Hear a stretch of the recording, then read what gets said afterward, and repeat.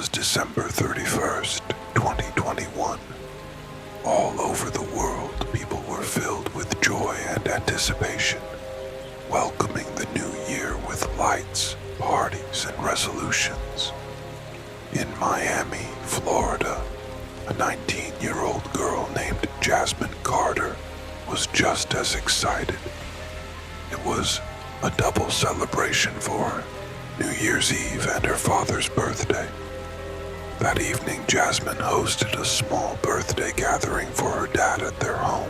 Close childhood friends and neighbors attended, including her two best friends, Sean and Danielle, both of whom had grown up with her in the same building complex, Ocean View Heights. After the cake was cut around 7 p.m., Jasmine and her friends got ready to head out to a New Year's party hosted by another friend, Yash, who lived in the same apartment complex. The party was supposed to start at 9 p.m., but was delayed till 11 p.m. By then, Jasmine and her friends had arrived, dressed in sparkles and laughter, unaware that the night would take a horrific turn. Around 1 a.m., Jasmine's father tried calling her to check in, but her phone was busy. He called again at 2:30 and then again at 3 a.m., but this time Jasmine didn't answer at all. Assuming she had stayed over at a friend's house, as she often did, he didn't worry too much. But at exactly 5 a.m., Jasmine's father, Mr. Philip Carter, received a phone call from an unknown number. The man on the other end said Jasmine had been in an accident and asked him to come to the hospital immediately. Before he could fully process it, another call came, this time from Danielle's father, Mr. Sam Harris. He too claimed the kids were in an accident, but strangely, he asked Mr. Carter to come not to the hospital, but to the Miami Beach Police Department. Even more suspicious was the fact that Danielle had been taken to Memorial Hospital, while Jasmine had been admitted to a smaller, lesser-known hospital called Bayside Medical Center. If they were in the same accident, why two different hospitals? With worry mounting, Philip rushed to the police station. What he heard there shattered his world. The officer told him that his only daughter, Jasmine, had died. The body was discovered on the ground floor of Ocean View Heights. Jasmine had been lying there for hours before someone finally reported it. Her body was later identified and sent for autopsy. The results showed multiple fractures. Her skull, ribs, and wrist bones were broken. She had suffered blunt force trauma and had likely been beaten before being pushed from a higher floor. Her devastated parents couldn't understand. This was a gathering of childhood friends, kids she had grown up with, people they trusted. Not a single one had tried to call or inform them. Why? The police launched a full investigation and began questioning everyone present at the party. According to multiple accounts, Jasmine, Sean, and Danielle had been sitting together. But after a while, Jasmine walked away. When she returned, she found Sean and Danielle in a physical and intimate moment, making out in one of the upstairs rooms. Witnesses say Jasmine broke down in tears and began arguing with them.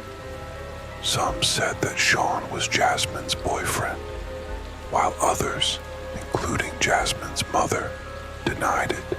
She insisted that Jasmine always shared everything with her, and if she had a boyfriend, it wasn't Sean. In fact, Jasmine had been planning to introduce someone else to her parents soon. Around 2:10 a.m., Jasmine stepped away from the party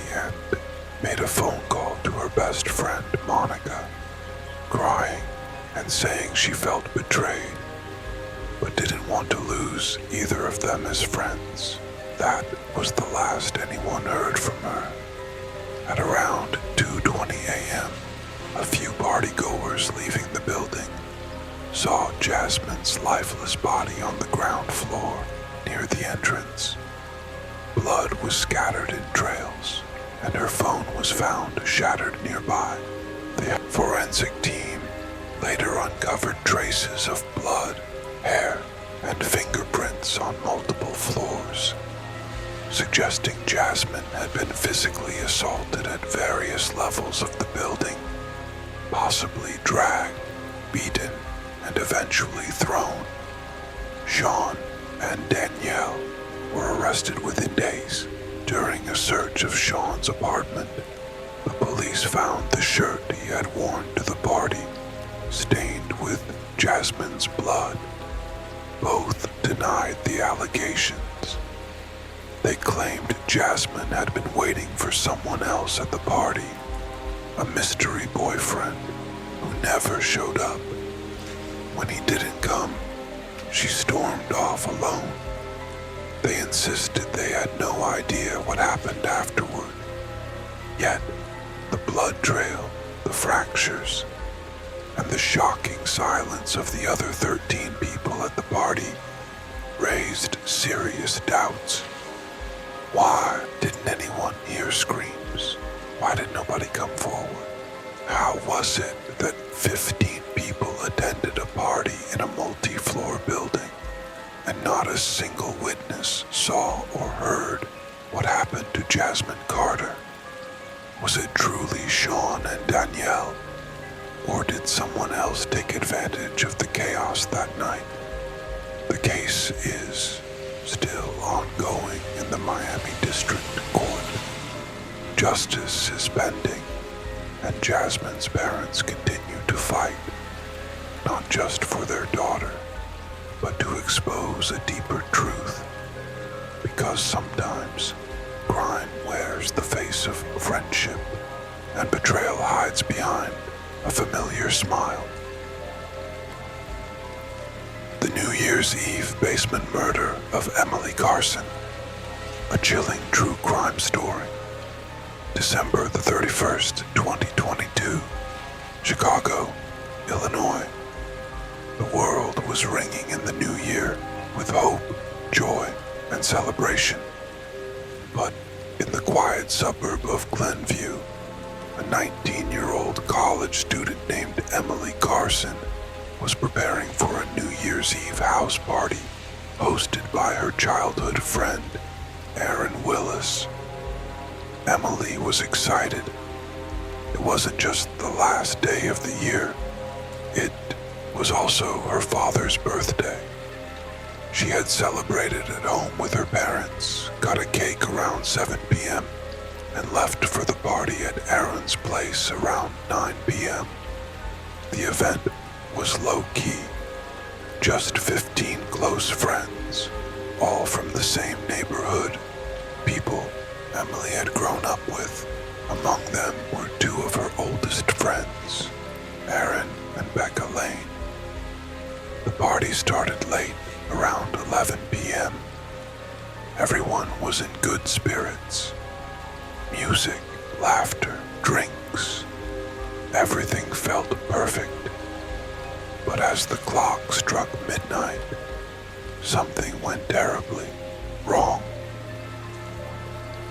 By 1:30 a.m., Emily's father tried calling her. No response. He assumed she might have fallen asleep at a friend's place. But when his phone rang at 5:02 a.m., his world turned upside down. The caller told him Emily had been in an accident and was taken to North Shore Hospital. Seconds later, Becca's father called too, but instead of giving a hospital's name, he asked Emily's father to meet them at the Glenview police station. Why the police station? And why were Emily and Becca taken to different hospitals if they were together? When Mr. Carson reached the station, the detectives broke the news. Emily had died. Her body was found at the bottom of the basement stairs in Aaron's house, with multiple fractures and head trauma. Her skull was cracked, ribs shattered, and her fingernails broken. Signs of a violent struggle. Shock turned to suspicion. Emily had been surrounded by her closest friends. So how did she end up dead? And why didn't anyone call the police immediately? Police launched a full-scale investigation. It turned out that during the party, Emily had seen something that shattered her. According to witnesses, she walked in on Becca and Aaron kissing in the basement, something that deeply upset her. Emily had been close with Aaron for years. Some friends believed there was something romantic between them. Heartbroken and angry, Emily reportedly got into a shouting match with both of them. Other partygoers said she stormed off in tears and tried calling her friend, Natalie. Her call logs confirmed it. She told Natalie, "I feel betrayed by the only two people I trusted." That was her last known contact.